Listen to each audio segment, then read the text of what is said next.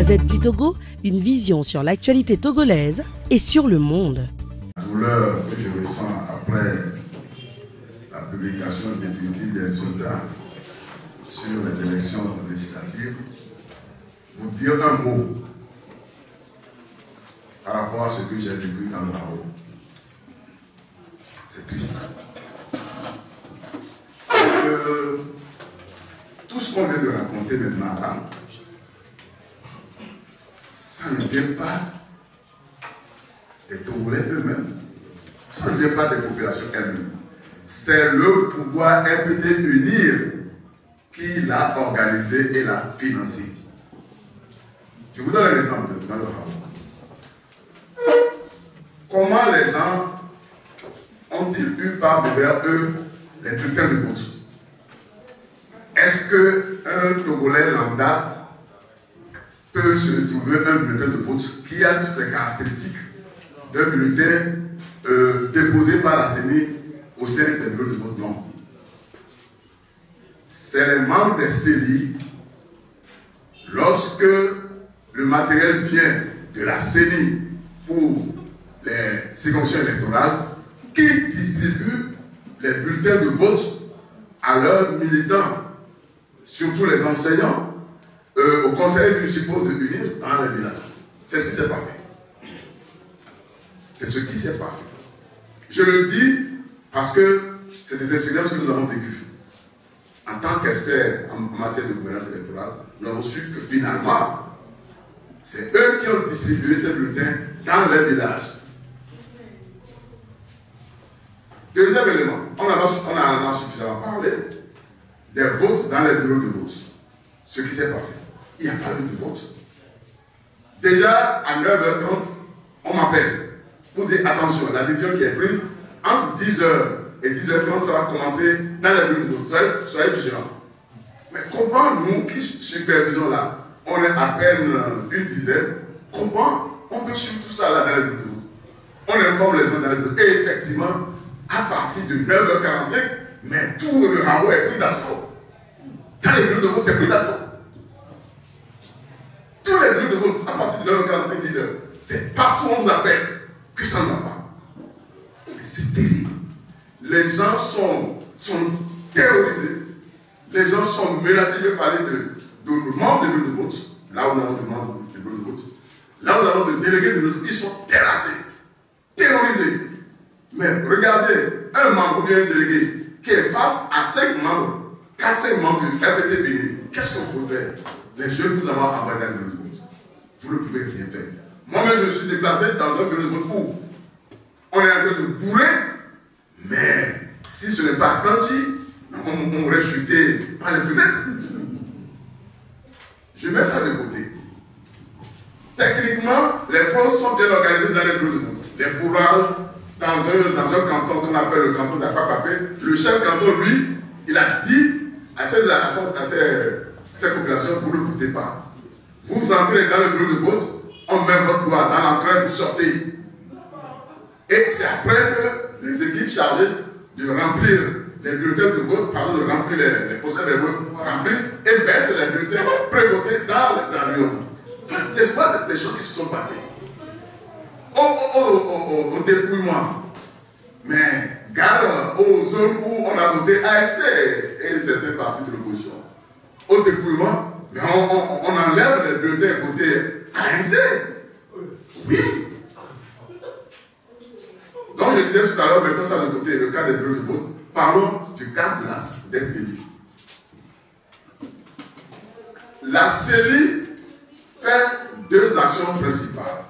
Le recensement des votes et la compilation des votes.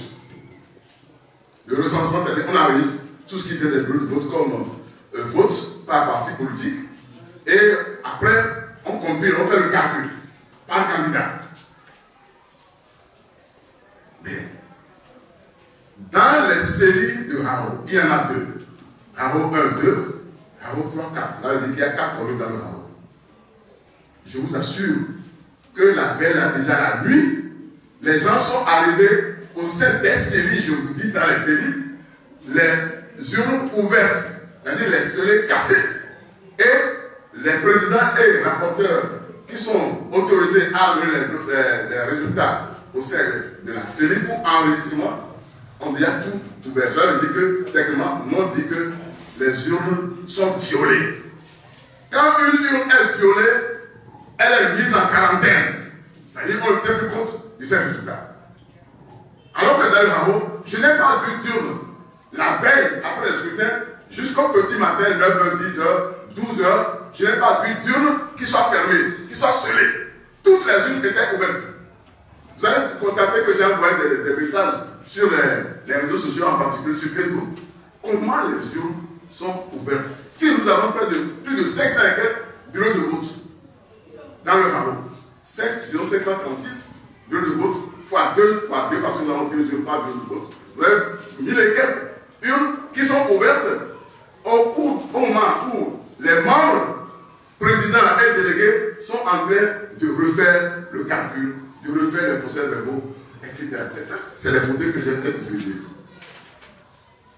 Tout ça, on fait un nouveau dépouillement, on modifie les résultats, tout ça là, au vu et au su du président, du vice-président et des membres des CDI. Maintenant, de quel résultat parle-t-on?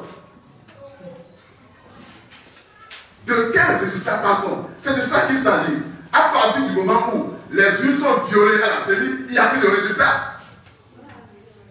Maintenant, je reviens à la Cour constitutionnelle. Des séries vers la Cour constitutionnelle, il y a des résultats qui vont directement à la Cour constitutionnelle. Il y a des résultats qui sont arrêtés au niveau des séries. Maintenant, quel est le travail qui est fait par la Cour constitutionnelle pour vérifier la véracité de certains résultats venus de là? Est-ce que le travail a été fait? Le travail n'a pas été fait.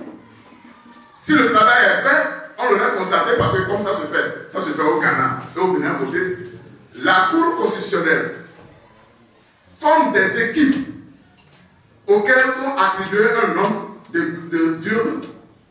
Chaque équipe refait le recensement des voix, fait la compilation. Et c'est par rapport à cette compilation que la Cour constitutionnelle a faite qu'elle est rapprochée à la compilation faite par les CENI. Vous voyez ce que je dis? Mais ce qui n'a jamais été fait au Togo, il ne le faut jamais. Maintenant, sur les contentieux, on a saisi la Cour constitutionnelle. Comment la Cour constitutionnelle a-t-elle tranché? Mais dans ces pays-là, il y a ce qu'on appelle un débat public et contradictoire. Nous qui allons saisir la Cour constitutionnelle, on doit nous inviter avec nos avocats. Ceux qui ont été les auteurs que nous avons désignés comme auteurs, doivent aussi venir avec leurs avocats et devant la Cour constitutionnelle, on doit démontrer comment les fraudes ont été réalisées ou pas, mais rien n'a été fait. Et on dit, on proclame le résultat que on n'a rien vu. Voilà les quelques éléments que je vais mettre à votre disposition parce qu'il n'y a pas suffisamment de temps pour aller dans les détails. Vous avez ces images-là sur Facebook. Merci. Et vous avez bien vu que vous avez suivi le procès, le contentieux électoral entre Nana Addo et Mahama. Vous avez vu combien de temps ça a pris? Les avocats de John Mahama, les avocats de Nana Addo, à la télé, vous avez vu en direct. Et pourquoi ici, nos chiffres ne sont jamais exacts? C'est parce qu'ils sont manipulés. Pourquoi nos chiffres, vous faites, et s'il vous plaît, prenez les résultats et descendez les calculs. Pourquoi nous parlons de problèmes avec l'arithmétique? Si un résultat n'est pas vérifié, si les calculs ne sont pas vérifiés, si les calculs ne sont pas exacts, de quoi voulez-vous parler? De quoi? Vous voulez parler de résultats? Mais nous, la première chose qu'on fait, on descend les calculs. Et on voit que tous les calculs sont faux. C'est ce qu'on fait.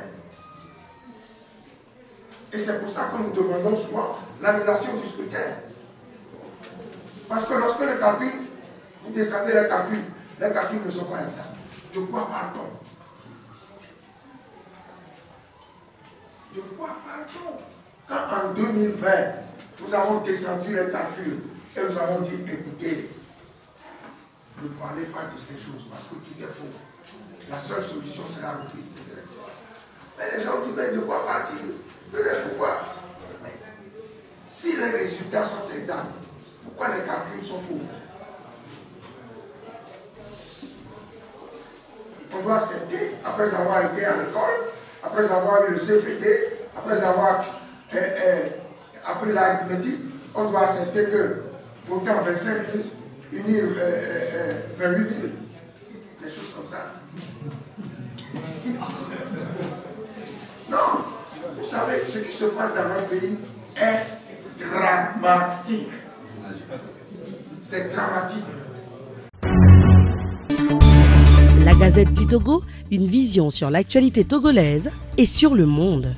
Rejoignez-nous sur le www.lagazettedutogo.com ou sur nos comptes Facebook, Twitter et YouTube. Pour tout contact, écrivez à contact@lagazettedutogo.com ou appelez le 92 80 88 53. La Gazette du Togo, c'est l'information en continu.